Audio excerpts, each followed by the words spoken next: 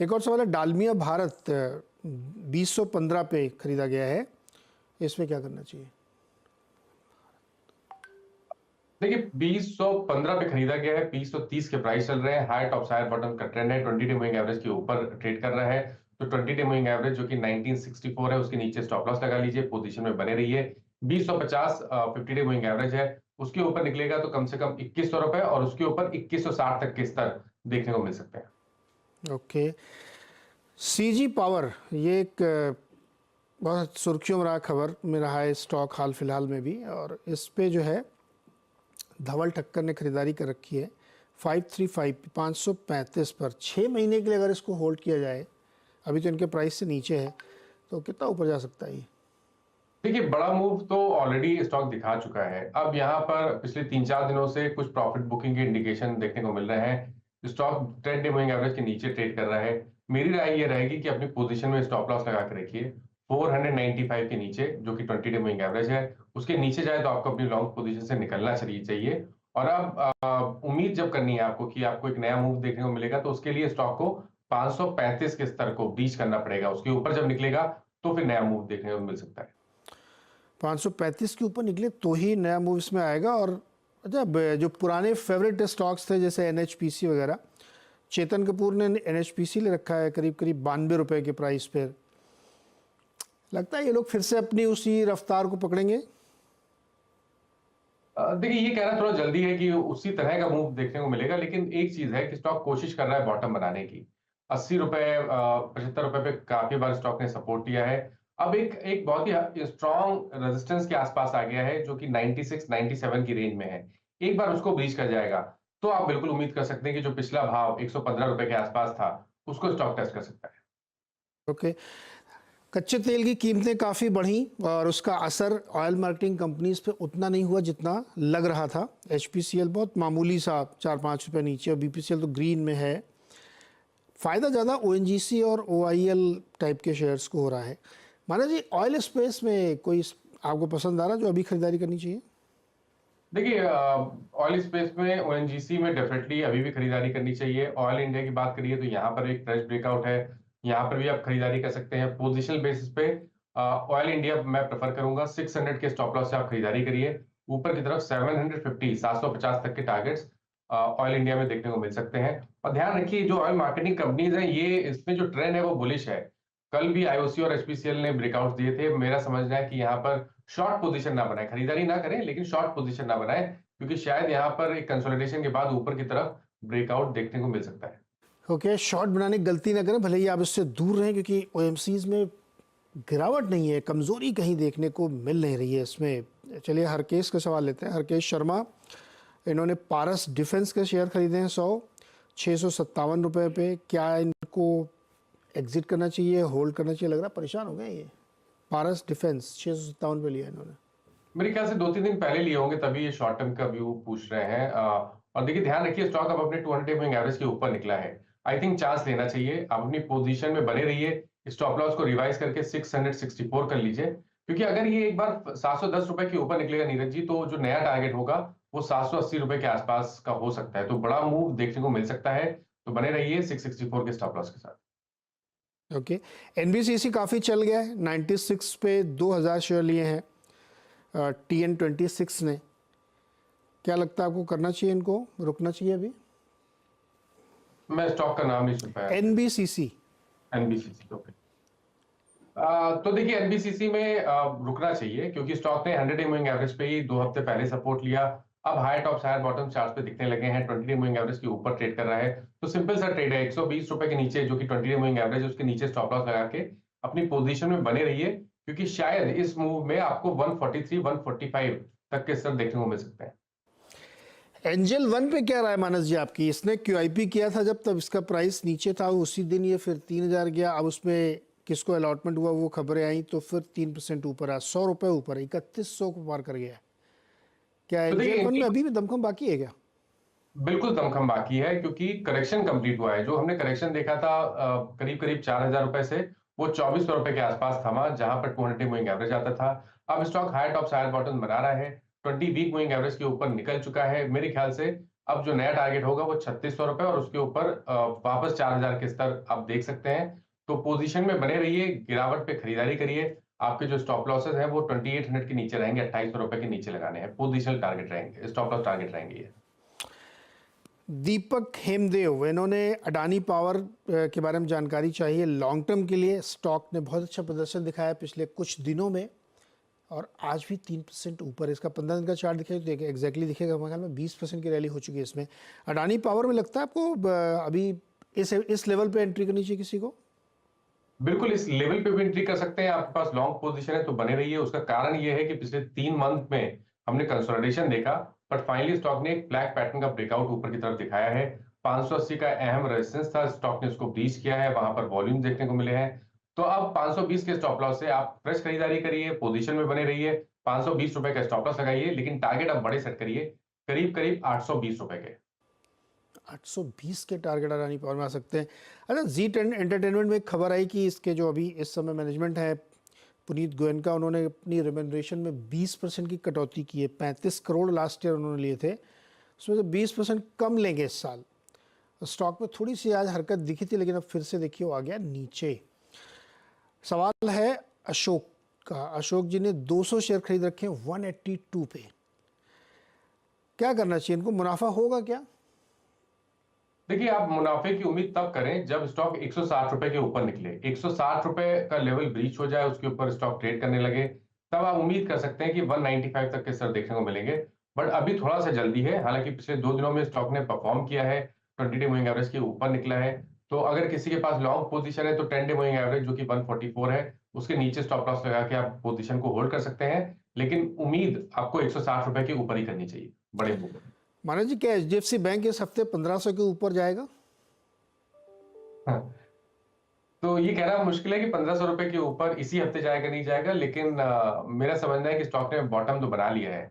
और आपका नजरिया एक हफ्ते का नहीं है, आपका नजरिया अब 2 से 3 मंथ का होना चाहिए।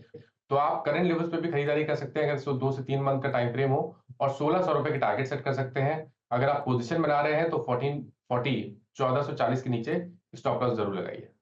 1440 स्टॉक, मैं तो इसलिए पूछ रहा था कि 12 रुपये बाकी हैं और 2-3 दिन ट्रेडिंग के हैं अभी, तो इतना तो चल जाना चाहिए। ओके। ये 3-4 दिन धीरे धीरे चल गया है तो कहना थोड़ा सा मुश्किल है कि इसी हफ्ते हो जाएगा नहीं होगा, लेकिन शॉर्ट टर्म बॉटम तो बना है, इसमें कोई डाउट नहीं। ओके, शॉर्ट टर्म बॉटम बन गया है। गौरव मित्तल जी का सवाल है कि आईआरबी इंफ्रा के 10,000 शेयर उन्होंने 30 रुपये में खरीदे थे। शॉर्ट टर्म और लॉन्ग टर्म का व्यू क्या है? कलकत्ता से उन्होंने सवाल भेजा है।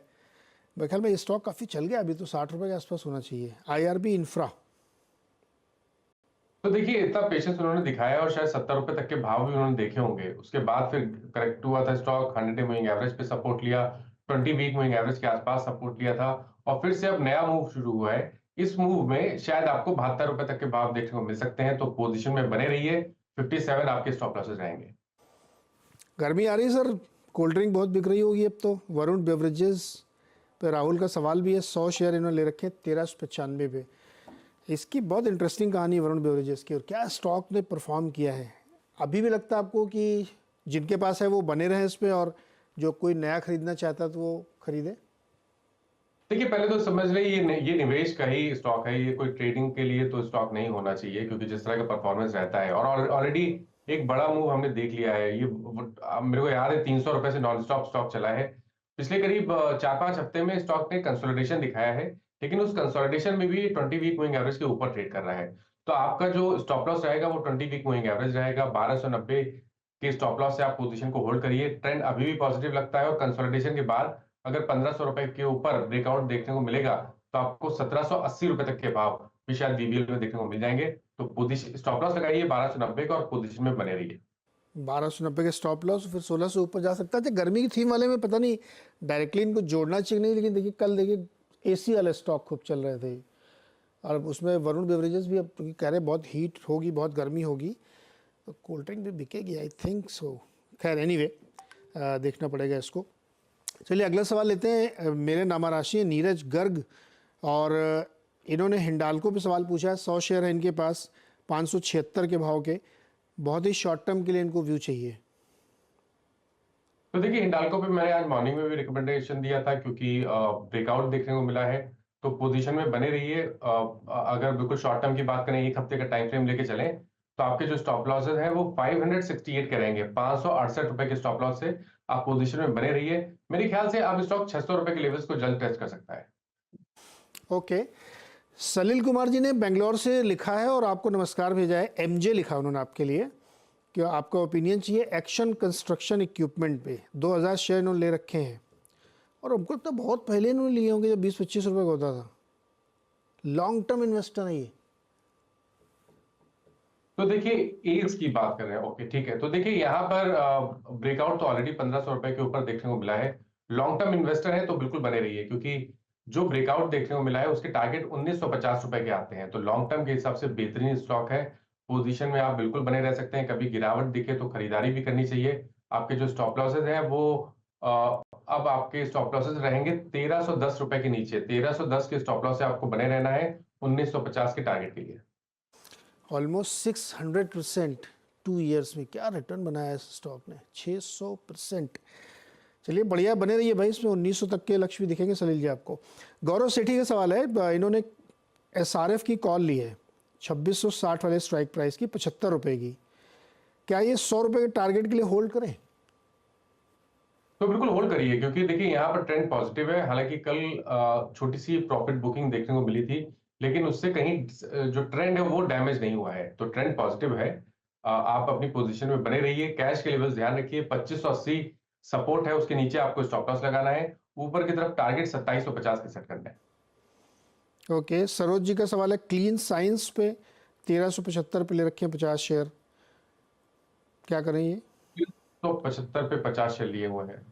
तो देखिए यहाँ पर अगर हम लॉन्ग टर्म चार्ट पे जाएं तो एक चीज दिखती है कि 1275 के नीचे स्टॉक जाता नहीं है। बहुत बार सपोर्ट लिया, वहां पर पुलबैक देखने को मिला है। उसका मतलब ये नहीं कि 1275 के नीचे जा नहीं सकता है, बट उसका मतलब केवल इतना है कि आपको 1275 के नीचे स्टॉप लॉस लगा के रखना है अपनी पोजीशन में। ट्रेंड पॉजिटिव तभी होगा जब स्टॉक 1400 के ऊपर निकलेगा, उसके ऊपर ट्रेड करने लगेगा। 1400 रुपए के ऊपर 1585 तक के भाव आपको स्टॉक में देखने को मिल सकते हैं। ओके, कई लोग अपने सवाल रिपीट कर रहे हैं, जैसे बीएचईएल पे एक बार राय दे दी मानस जी ने, तो वो राय बाकी लोगों के लिए भी अप्लाई होती है, तो इसलिए मैं उनके सवाल दोबारा से नहीं ले रहा हूँ क्योंकि वो रिपीटिशन होगा। अंजलि जोशी जी का एक सवाल लेते हैं। इन्होंने आइडिया फोर्ज के शेयर खरीदे हैं 1028 के प्राइस पर। देखिए यहाँ पर एक तो बहुत ज्यादा हिस्ट्री नहीं है, तो कोई मीडियम टू लॉन्ग टर्म का व्यू नहीं दे पाऊंगा, लेकिन शॉर्ट टर्म का ट्रेंड नेगेटिव लगता है अभी भी। बीच में पुल बैक देखने को मिला, लेकिन स्टॉक हाई लेवल पे सस्टेन नहीं हो पाया। मेरी राय ये रहेगी कि 675 का आपको स्टॉप लॉस जरूर लगाना है। उसके नीचे जाए तो आपको अपनी पोजीशन से निकलना चाहिए। और शॉर्ट टर्म ट्रेंड तभी पॉजिटिव होगा जब स्टॉक 775 के ऊपर ट्रेड करने लगेगा। ओके, मनोज नायक ने एनएमडीसी खरीदे हैं 219 और 200 शेयर 219 के भाव पर, क्या लगता है आपको? तो देखिए एनएमडीसी में स्टॉक ने 50 डे मूविंग एवरेज को ब्रीच किया आज, और हायर टॉप साइड बटन दिख रहे हैं। तो आपने जो ट्रेड लिया थोड़ा सा हाई लेवल पे लिया है, लेकिन फिर भी बने रह सकते हैं। कैश के जो स्टॉप लॉसेज हैं वो 213 रुपए के रहेंगे। 213 के स्टॉप लॉस से बने रहिए। आप उम्मीद करिए कि 220 का लेवल अगर बीच होगा तो आपको 227 तक के भाव एनएमडीसी में देखने को मिल सकते हैं। ध्रुव परवानी ने लिए हैं शिपिंग कॉरपोरेशन ऑफ इंडिया के शेयर्स, 250 शेयर 250 के भाव पर, शायद 2500 शेयर। तो देखिए स्टॉक ने सपोर्ट तो बहुत अच्छी जगह लिया नीरज जी। स्टॉक करेक्ट हुआ था, 100 डे मूविंग एवरेज और 20 वीक मूविंग एवरेज पे सपोर्ट लिया, और फिर से वहां पर हाई टॉप साइड बॉटम बनने लगे हैं। आई थिंक चांस लेना चाहिए, पोजीशन में बने रहिए। ये पोजीशन ट्रेड होगा जहां आपके स्टॉप लॉसेस 189 के रहेंगे। ऊपर की तरफ एक छोटा सा रेजिस्टेंस है 226 रुपए के आसपास। अगर वो एक बार क्रॉस कर जाएगा तो नया टारगेट 262 रुपए का रहेगा। तो स्टॉक में बने रहिए, लेकिन स्टॉप लॉस जरूर लगा के रखिए 189 का। ओके, बहुत सारे सवाल हमने आज कवर किए, ज़्यादा से ज़्यादा लेने की कोशिश की। कुछ रह गए होंगे तो हम लोग फिर फ्राइडे को उसको लेंगे। मानस जी बहुत बहुत शुक्रिया जुड़ने के लिए और जवाब देने के लिए सवालों के। तो चूँकि मार्केट पे जो भी आप ट्रेड करें बहुत सावधानी से करें, स्टॉप लॉस ज़रूर लगाएं जो मानस जी सुझा रहे हैं आपको, और नज़रिया बिल्कुल साफ़ रखें। छोटा सा एक ब्रेक लेते हैं, उसके बाद आप देखिए ट्रेडर्स हॉट नहीं, माफ़ कीजिएगा, खिलाड़ी नंबर 1, यस।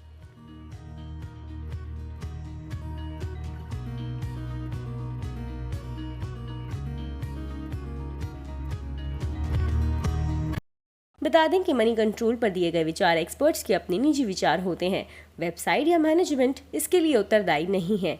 यूजर्स को मनी कंट्रोल की सलाह है कि कोई भी निवेश निर्णय लेने से पहले सर्टिफाइड एक्सपर्ट की सलाह लें।